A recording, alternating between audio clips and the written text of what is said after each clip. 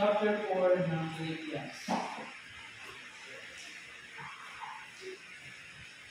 natin sa chapter 4, verse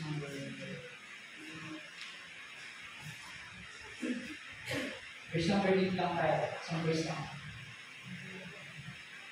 Nandiyan na po. So, ako na po magbabasa. Philippians chapter 4, verse 8. Finally, brethren, whatsoever things are true, whatsoever things are honest, whatsoever things are just, whatsoever things are pure, whatsoever things are lovely, whatsoever things are good for, if there be any virtue, if there be any praise, in Christ. At manalangin, ang namin Diyos sa salamat ng Panginoon, maraming salamat po sa ating pagkakas hindi po ang nabahas sa inyo, Diyos. Panginoon, salamat sa ito, at pagkakas at Panginoon na Panginoon sa Espiritu, Diyos, ito ng bawat sa amin,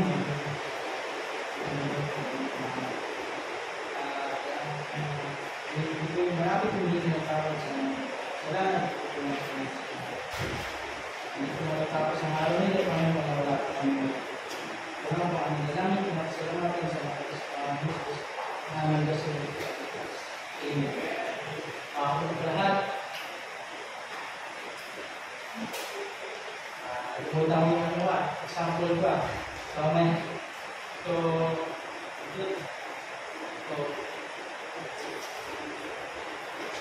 alam ba natin kung gano'n ka-importante na sa lahi yung tubig? Lalo na iniinom natin tubig. So, kapag hindi natin nasala yung tubig, isang, di ba, kapag kumukuha tayo sa gripo, lalo na yung mga hindi iniinom ng gripo yan, akala natin, malinis minsan yung naiinom natin. Kung ano yung nakikita natin, wala ko siya example eh, kaya gusto ko example talaga eh. Nalimutan ko eh. So, kala nyo naman, imagine nyo na lang, tubig. Nakikita nyo, diba? Transparent. Pero, alam ba natin kung sinala ba ng magiging? Alam ba natin kung malinis pa yung tubig na yun? So, kahit na malinis yun sa paningin natin, pwedeng may nakakagong dumi. Ganyan din ang ating isipan. Araw-araw, binabangan tayo ng mga balita, binabangan tayo ng mga chismis, tawag, inggit. Kung hindi tayo mag-ingat, lahat ng ito ay pumapasok sa puso natin. Pero dito na sa sinabi ni Apostle Paul sa Philippians 4:8, binigyan tayo ni Pablo din ng isang filter o ano bang pwede natin doon, pangsala dun sa mga para sa ating mga pag-iisip. So, may mga sinabi din sa kanya, whatsoever things are true, honest, just, pure, lovely, and good for you. Mga kapatid, hindi lang ito simpleng lista ng mga magagandang bagay na tinatanyayaan para magbago yung atin o pag-uwi natin ating isipan. Isang paalala ito na ang ating pamilyapan ay nagsisimula sa kung ano yung ating pinipili kaisipan. So, bago ko malimutan, ang title ko pala ng ating message ay yung nandun sa verse natin.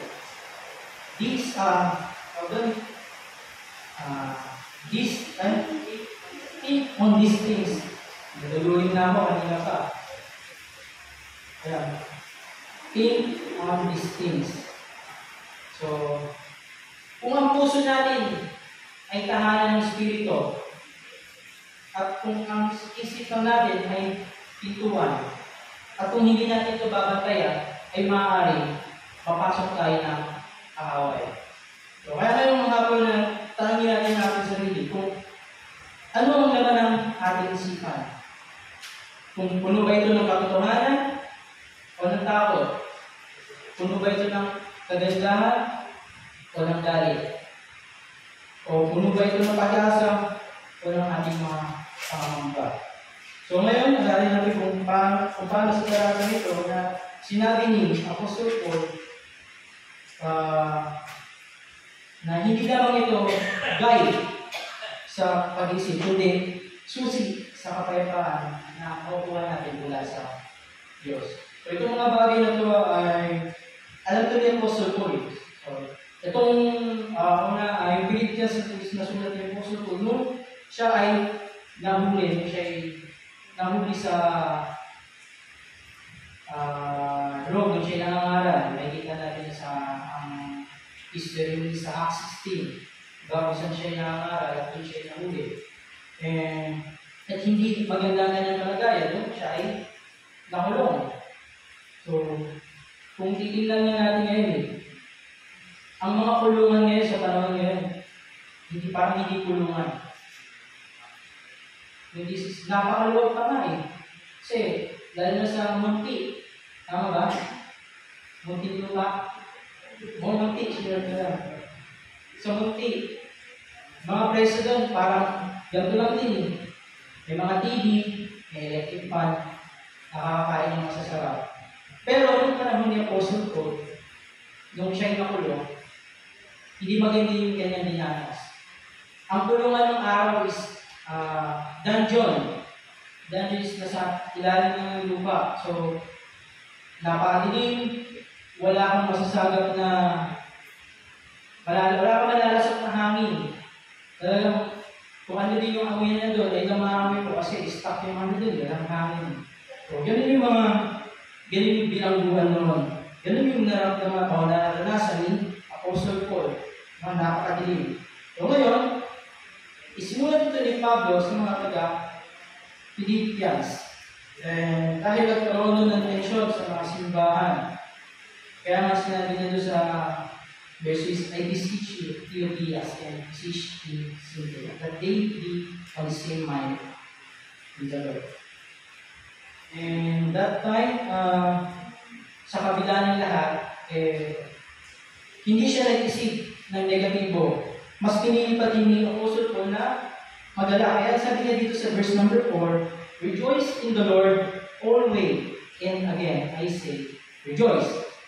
Let your moderation be known unto all men. The Lord is at hand. At sumunod doon yung verse 6, sinabi niya, be careful for nothing. Huwag tayo mabalisa tungkol sa anumang bagay.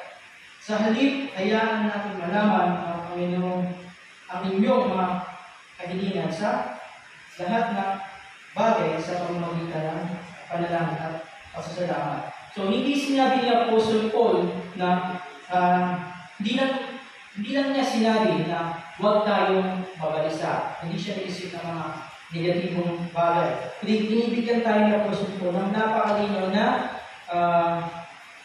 na direksyon. So, kaya nga sa verse 8, yung mga listahan ng mga bagay na karapat dapat na pag-isipan. So, yung mga bagay na totoo, yung mga bagay na marangal, yung mga bagay na katarungan, yung dalisay, at yung kanilibig at kapuri-puri. Mga kapatid, hindi lamang ito basta yung ating pinagpinila. Hindi lamang ito basta natin pinaginilayan. Hindi natin basta ito yung meditate. So, ito ay disiplina. Yung form of worship. Sinulat ito ni Pablo upang ipakita kung paano sasanayin natin ang ating isipan na kahit nasa gitna tayo ng mga pagsubok, kung parang sinabi niya, ito, may quote akong dito. If you want peace, it doesn't start with changing your circumstances. It starts with changing your meditation. Kaya nga araw, ayusin natin yung ating isipan. Habang inaaral natin yung verse ito, matutuklasan natin dito yung mga kagandahan pag-isip na mga bagay na nagsasalamin sa puso ng ating Panginoon sa Kristo. Kaya sa verse 8 na sinasabi dito ng Apostle Paul kung ano nga ba yun, kung ano yung bagay na dapat natin kagandahan. So, nandun lang din sa verse na yun, nakalala yun. So, verse 8, yung true. So, whatsoever things are yung mga katotohanan kasi sabi dito ni Pablo? Ito yung mga nakaukyat na salita sa Diyos. No? Hindi ito basta opinion ng tao, kundi nakakayon mismo sa salita ng Diyos. Yung Bible, kung daan ng katotohanan ng buhay at doon walang halong kasinungalingan o baluktot na makikita sa katotohanan. Diba? So, hindi ito napapasukan ng chismis, hindi ito napapasukan ng takot, perbangan. So, minsan, mas naniniwala pa tayo sa chismis ng iba. Minsan, di natin inaalam kung ano yung katotohanan. So, dapat hindi ganun ang ating isipan. Pangalawa, yung honest. Yung marangal at yung kagalang-galang. So, sabi dito ni Apostol Paul, no, na pag-isipan yung mga bagay na nagpapalalim ng pagkatawad sa ating pananampalataya. So, hindi yung mga nakakasira ng loob o yung mga moralidad, yung mga immoralidad. So, dahil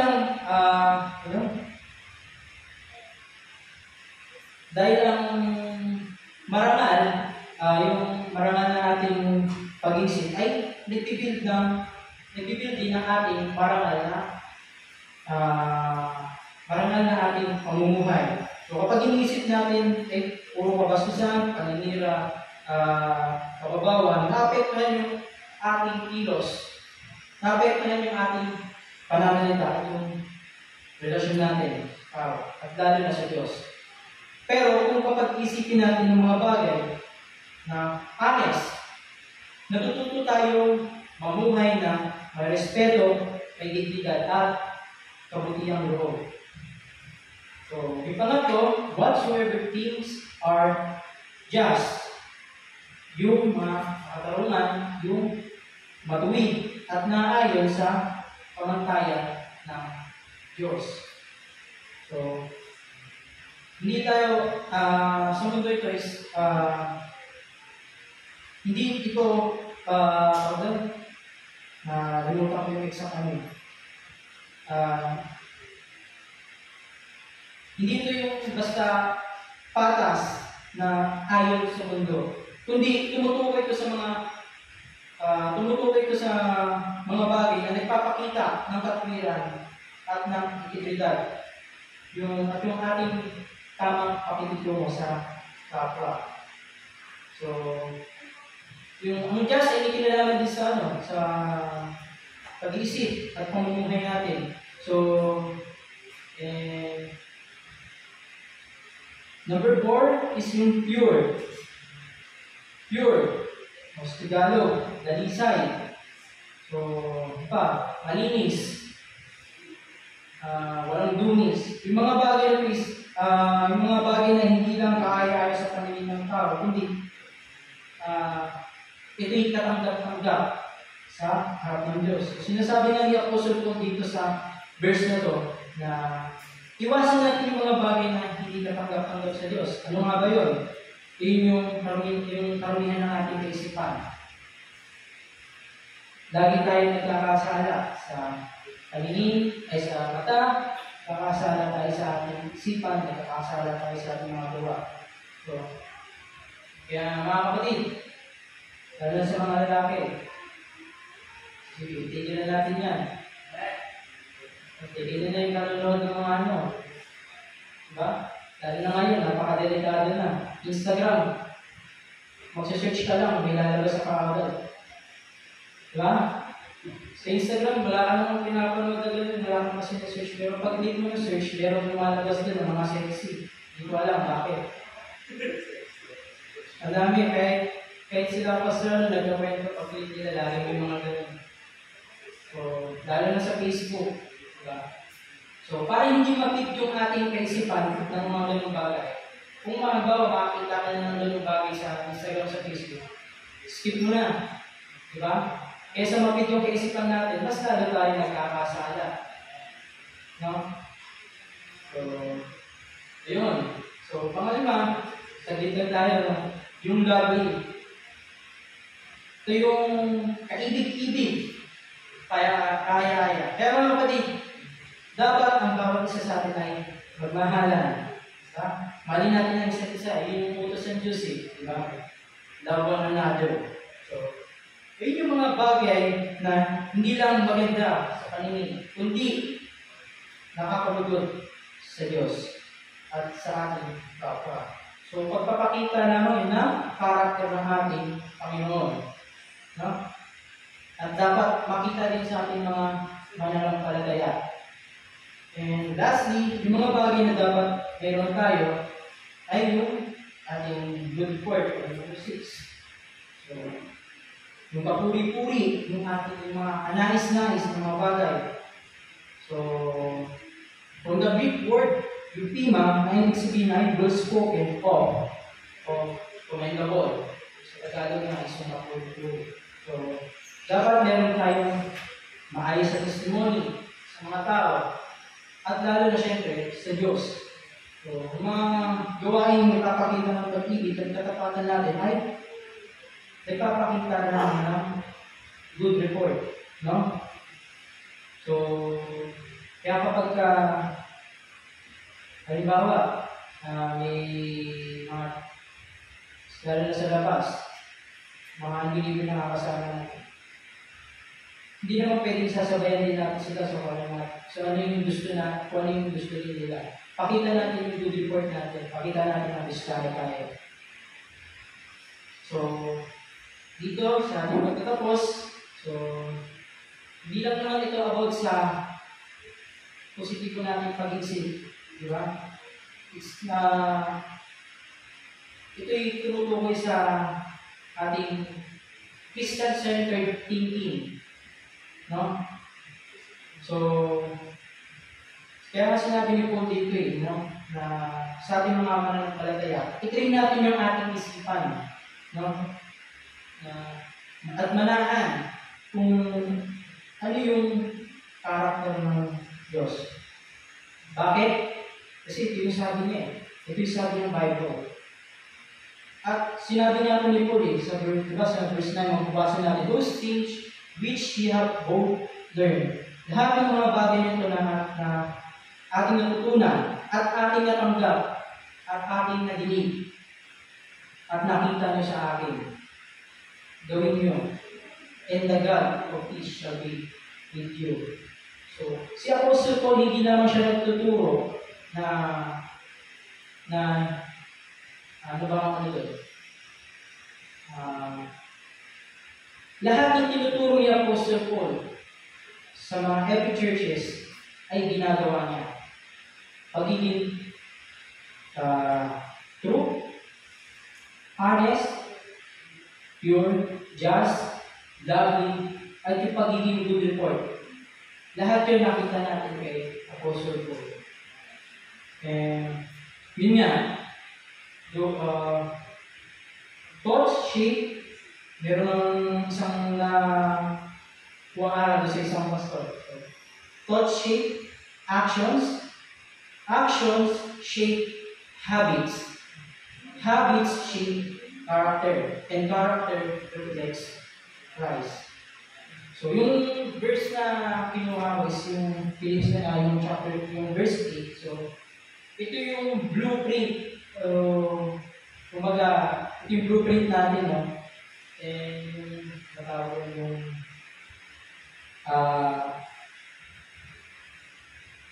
for mental holiness natin, no? Alalahanin natin yung tumanggap tayo sa Panginoong Jesucristo. Dapat hindi na nakikita sa atin yung mga dati natin ginagawa. Diba? Bago niya dapat natin tumanggap ng Kristo ng mga kapatid. Dapat ang nakikita sa atin ngayon yung karakteristik ng Diyos. Gaya na sinabi ng Apostle Paul, kaya nga niya sabi yun sa verse 9. So, naway, kapatid, kahit na hindi ko masyadong na-express yung ibang mga na ipa-explain ko verse, naway natutunan tayo sa yan po.